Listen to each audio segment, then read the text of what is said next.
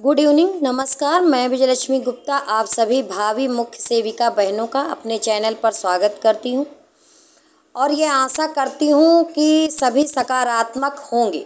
हालांकि मैं जानती हूं कि नकारात्मकता ने आपको घेर लिया है और सुबह भी मैंने एक वीडियो बना करके लगभग सबको फटकार लगाई थी कि आप लोग संगठित हो जाइए।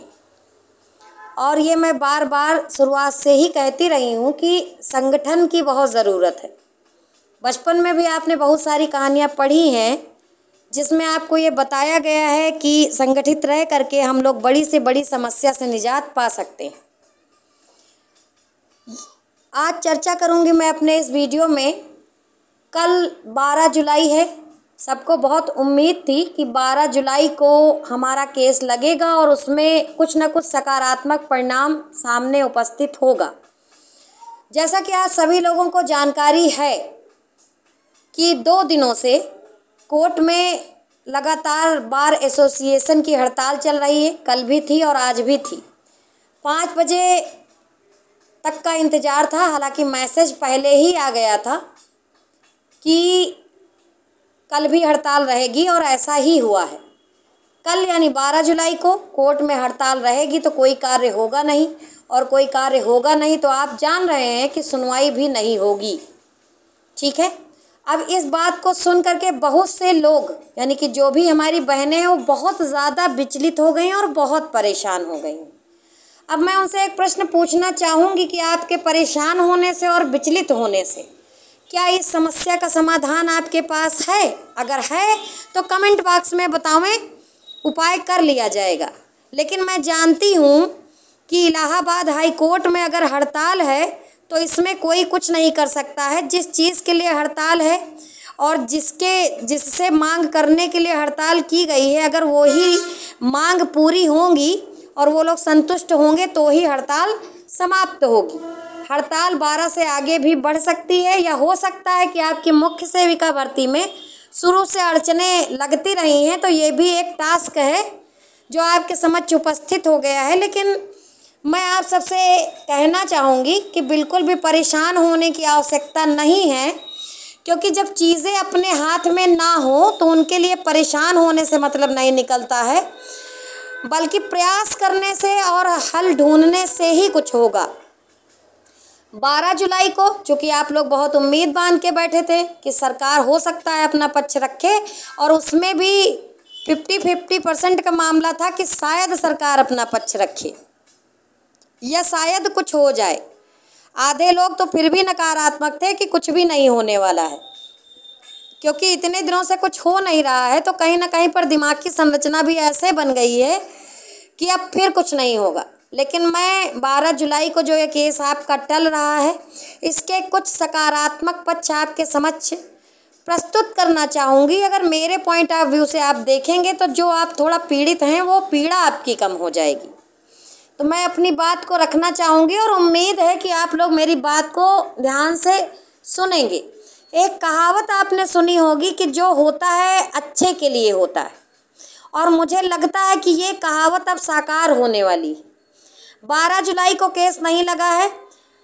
उच्च न्यायालय में जो आपके प्रमुख अधिवक्ता हैं माननीय सिद्धार्थ सिंघल जी, उन्होंने अपना पद ग्रहण नहीं किया है। उन्होंने इस्तीफा दे दिया था तो अभी भी उनका पद खाली है। उनके जूनियर वकील जाते थे आपकी डेटों पर और डेट लेके चले आते थे, यानी कि बहस नहीं करते थे, अपना पक्ष नहीं रखते थे। अभी तक जहाँ तक मुझे जानकारी है, मैंने आज की भी जानकारी ली है, यानी वर्तमान समय में भी अभी भी आपके केस में किसी भी सीनियर अधिवक्ता का प्रवेश नहीं हुआ है, यानी डबल एजी नहीं नियुक्त किए गए हैं। आपके केस के लिए पद अभी भी वैसे रिक्त है। जूनियर लोग जो हैं उनके वो जाते और डेट ले आते। अब 12 जुलाई को अगर ये मामला टल गया है तो आप इसको इस तरह से सोचिए, चूँकि सरकार पर काफ़ी दबाव है, ठीक है, दबाव बना लिया है आप लोगों ने, और बहुत सारे जो आप देख रहे हैं कि जेई का भी धरना हुआ है जिसमें कैंडिडेटों ने एकदम UPSSC का चिट्ठा खोल के रख दिया है कि कैसे ये लोग कैंडिडेट को परेशान करते हैं। मैंने आह्वान किया था धरने में तो मैंने बताया था कि परिजन भी साथ में आवें तो मैंने तो अभी धरने की कोई डेट रखी नहीं, लेकिन आपको ज़मीन पे परिणाम दिखाई पड़ गया कि जेई वाले कैंडिडेट में उनके माता पिता और जो दोस्त नातेदार थे वो भी धरने में आ गए, इसीलिए उनकी संख्या भी ज़्यादा हो गई और उन्होंने काफ़ी दबाव भी बना लिया है सरकार पर। उनकी भर्ती 2018 की है, कई सारे बड़े न्यूज़ चैनलों ने उनको दिखाया भी है और संभवतः उनकी बात को सुना भी जाएगा। ठीक है, तो 12 जुलाई को अगर चीज़ें नहीं हो रही हैं तो कहीं ना कहीं पर सरकार को भी मौका मिल गया है कि अब जब अगली डेट मिलेगी तो वो अपना पक्ष ज़रूर कोर्ट में रखने के लिए अधिवक्ता जी को भेजेंगे या जो भी पद खाली है उसको भर लेंगे। पहला तो सकारात्मक पक्ष ये हुआ।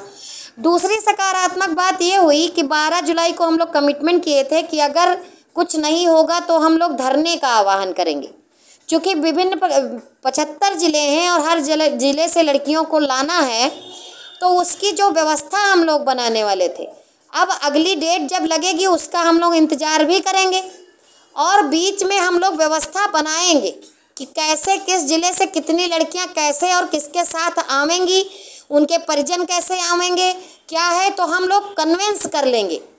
क्योंकि लड़कियों का मामला है तो मैंने पहले ही आह्वान किया है कि परिजन साथ में आवेंगे, इस बीच उनको मौका मिल जाएगा धरने में आने के लिए कन्विंस करने का। और जो परिजन असमर्थता जता रहे थे कि हम नहीं आ पाएंगे, तो जो अगली डेट तक उनको मौका मिल जाएगा, तो कहीं ना कहीं पर उनके पास अगर व्यवस्थाएं नहीं थी, हो सकता है कुछ फाइनेंशियल प्रॉब्लम हो, तो इस बीच में वो व्यवस्था कर लेंगे।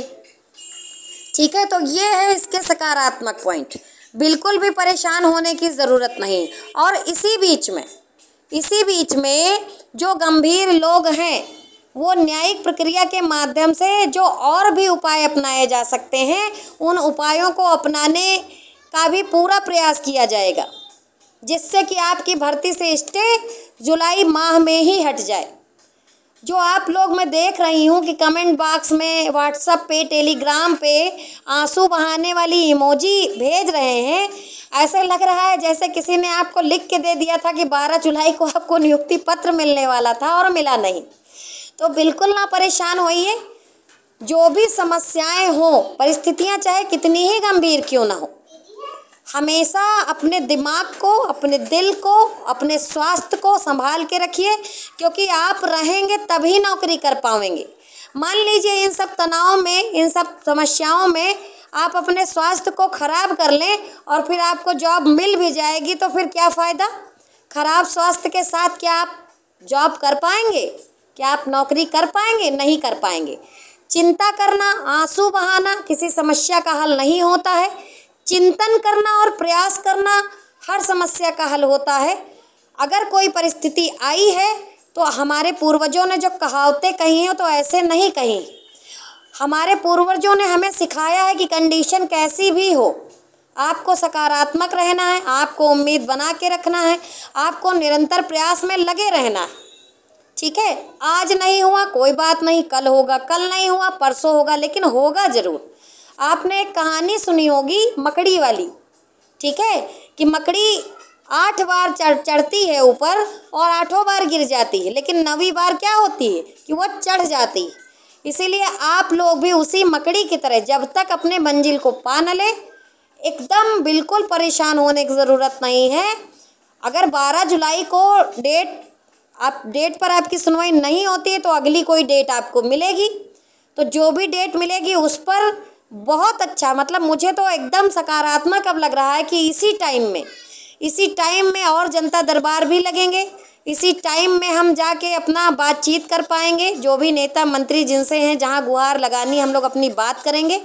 और सबसे बड़ी बात कि 12 जुलाई को धरने के लिए आह्वान तो कर दिया गया था और हमसे लोगों ने संपर्क भी कर लिया था, लेकिन उसके बाद भी उन्होंने अपनी कुछ समस्याएं बताई थी कि फला तारीख में मेरे यहाँ ये प्रोग्राम है। तो अब हमको समय मिल गया है, तो अब वो लोग जो थोड़ी सहायता करने वाले थे अब वो ज़्यादा सहायता करेंगे और ज़्यादा सहायता करके हमारे संख्या बल को बढ़ावेंगे, जिससे हमारा धरना सफल हो जाएगा।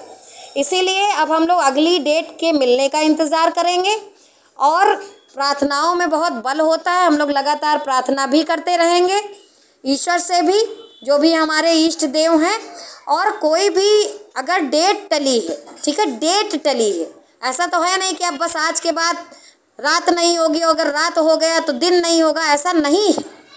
रात भी होगा, दिन भी होगा, हाँ समय लग सकता है। लेकिन आप ध्यान दीजिए कि UPSSC ने जो कैलेंडर जारी किया है, उस कैलेंडर के अंदर अगर हम लोग, ठीक है, टाइम से स्टे हटवाने में सफल हो गए तो इनको रिजल्ट देना पड़ेगा। और मैं जान रही हूँ कि किसी भी प्रकार का अगर रिजल्ट जारी हुआ तो जो मुझे इतना परेशानी हो रही है सबको संगठित करने में, फिर बिना बुलाए लोग ढूंढ करके मिलेंगे। ठीक है, बिल्कुल भी परेशान होने की ज़रूरत नहीं है। ये जो समय हमको मिला है इसका हम उपयोग बहुत अच्छे तरीके से करेंगे, अपने संगठन को मजबूत बनावेंगे और हम लोग फिर जनता दरबार के माध्यम से, लेटर के माध्यम से, ट्विटर के माध्यम से और प्रयास करेंगे। ठीक है, और धरने की जो तैयारी है वो बहुत मजबूती के साथ कर लेंगे, क्योंकि हर ज़िले से लड़की को आना है। अब कोई बहाना नहीं चलेगा कि हम परेशान हैं, हम इतनी दूर हैं, हमारी फैमिली में दिक्कत है। कोई दिक्कत नहीं। जैसे आप लोग दिन भर बताते हैं कि हम भर्ती के लिए परेशान हैं, तो अब आपको समय मिल जाएगा कि आप अपनी परेशानियों से बाहर आइए।